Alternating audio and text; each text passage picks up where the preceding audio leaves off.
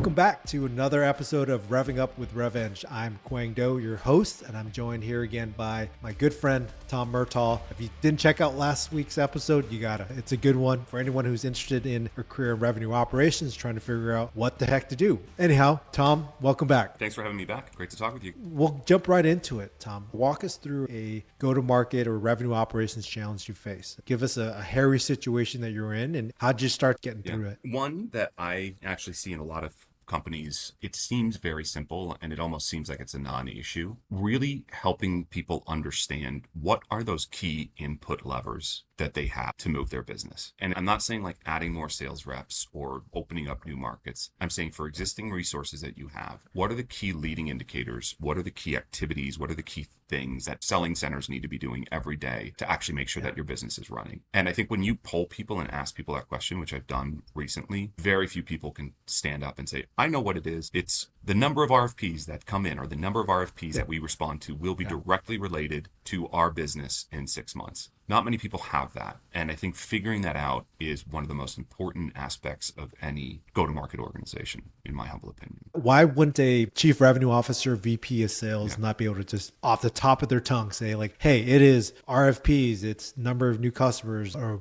marketing qualified leads? Why is that so hard for them? And I imagine the executives would probably all come up with 3 or 4 different answers, right? Yeah.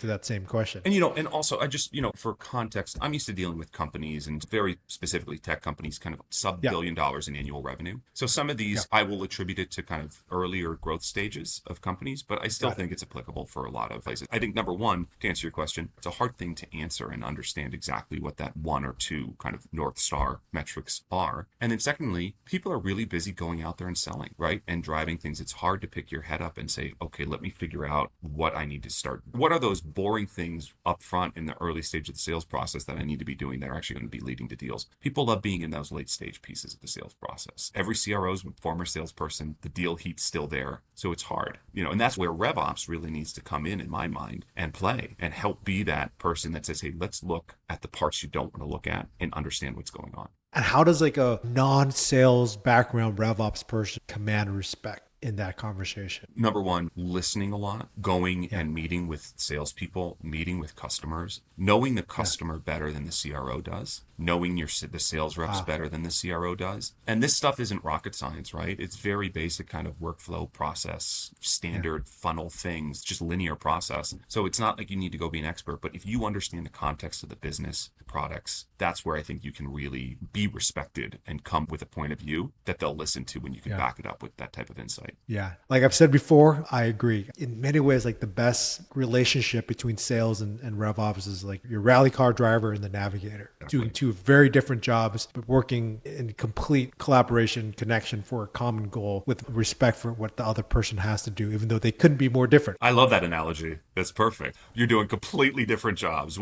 One's short term, one's like way long term, right? So you figure out your North Star, you figure out the leading indicators of getting there, you have insights. How do you scale it? It's one thing for the CRO to be able to say this, but how do you get an army of 50, 75, 100 reps to all more or less execute in a consistent and repeatable way? It's a couple things. It's first, like really, you got to beat your chest about it, sing it from the hilltops, and make sure every discussion, every process, every meeting you're having, you're looking at investigating whatever that North Star metric, whatever that key leading indicator is, whether it's number of meetings, whether it's RFPs that come in, whether it's pipe create, whatever it is, you need to be singing that and making sure everybody's doing the same thing. And if you say it enough times and focus on it enough times, it will embed itself. The trick is then, how do you stop people from gaming it? Because doing that, and let's say, it is number of meetings and people start putting in, BS meetings in their calendar or whatever, which always you say, hey, I want to make, everybody must build $1 million of pipe per quarter. You're going to get $1 million of pipe plus more. What are those inspection processes that you put in place to make sure that you're holding people accountable for whatever they're doing? So you need to think about those 2 things, like getting people focused on it and inspecting to make sure that it actually is real and true inputs. Yeah, I agree with both those comments, particularly about having this say it multiple times and at the top of your lungs. A good takeaway or a good recommendation I heard was, if it's important to you, you got to say it at least 3 times. And if you say it at least 3 times, you should probably write it down. It's this golden rule, like say it 3 times and then write it down. Because in any sort of environment, especially in B2B tech sales, things are moving super fast, right? And priorities could seem like they're constantly changing. Exactly. And you need someone to constantly be like, well, that may seem to be true. Here's our true north, right? Here's the direction we're headed in. You know, I work for a partner at our firm who is really good at this. He's a former sales leader. And if there's something important, it is just repeat, repeat, repeat. And I've learned a lot, honestly, from hearing that, and it works. And you can start influencing partners at a PE firm is not an easy thing, right? But you see, but I've seen him do it, repeat, repeat, repeat, and it works. So if it can work on PE partners, it can definitely work on salespeople. I think so. Yeah. I imagine so. Oh man. For those of us who have been living in the woods for the last 5 years, let's talk about a topic called artificial intelligence. Wait, what is that? AI. I have no idea what that is. I'm actually in the woods right now, so yeah. So it makes sense. Yeah. How is AI changing things? And let's start with go-to-market in general, right? Are BDRs, SDRs dead, or are those roles gone? As I said in our last podcast, the last bastion of humanity is really relationships. I had to repeat it. It's going to be my catchphrase from here on out. The last bastion of humanity is really about building relationships and understanding how to influence and persuade people. So I don't see AI taking that away anytime soon, right? So that persuasion, that ability to build a human connection with somebody is going to be incredibly important. All the other stuff, if you're a salesperson that prides yourself on process-oriented things or number of dials or whatever it is, like that stuff is going away. If it's just pure process, another good one is running a forecast process, right? Like forecasting. There's so many sales managers out there that I think pride themselves that that's the key value add that they have is driving a forecasting process and getting the real forecast out there. And I've seen this so many times. Forecasting is going to be dead in, I think, 2 to 3 years, if not sooner. Like dead. I think you will know if a deal is going to close with signals from AI. There's tons of companies out here that are doing this, and it's just going to get better and better. You're going to know if a deal is going to close or not because every interaction is going to be recorded in some way, shape, or form, right? If and when forecasting become a thing that people no longer have to do, what are they going to do with their time? I was with a group of go-to-market leaders. There's about 50 of them recently, and I asked the question, how many people coach your first-line sales managers? And 1 person out of 50 raised their hand. And I know this is a little bit of an aside, but I think figuring out, number one, what the role of the first-line sales manager is really important. And if you can save 30% of their time now because forecasting is dead, that you heard it here first. You heard it. Right? Forecasting is dead, people. Well, forecasting's dead. Stop learning it. It's useless skill. Yes, pointless. It's just needless figuring out storytelling. But really coaching your sales managers on how to coach and train people, your reps, on how to have better interactions with humans, I think is going to be where they should be spending their time. You should be listening in on those conversations. You should be joining those conversations. You should be helping them with the nuances of their delivery, of how they're interacting, of how they're pitching, of how they're building relationships. That's going to be where they should be spending their time. And I think that's much better time spent than trying to suss out if this story that this person's telling about meeting with the procurement person is real or a bunch of BS. Yeah. Even in my earliest days in being in sales and then consulting, the whole concept, like sales is fundamentally based on having a relationship. And I feel like in many ways, it's a renaissance back to that, right? With AI and just like the flood of content and messaging, where your inbox is going to be trash at some point, right? It's going to be to the point where you're not going to want to get into it because of just all this. And so you have to go to relationships, you go to trust, you go to people you know and ideas that you trust and insights that you can rely on. So I do want to go back to what you just said though, Tom. 1 out of 50 are coaching their sales managers. Why the insanity? I don't know about you, but I went to school and from what I can tell, they don't teach sales management coaching at most universities or any. Yeah, right. Nobody grows up saying, "Oh, I want to be a sales manager." You know what I mean? That doesn't happen.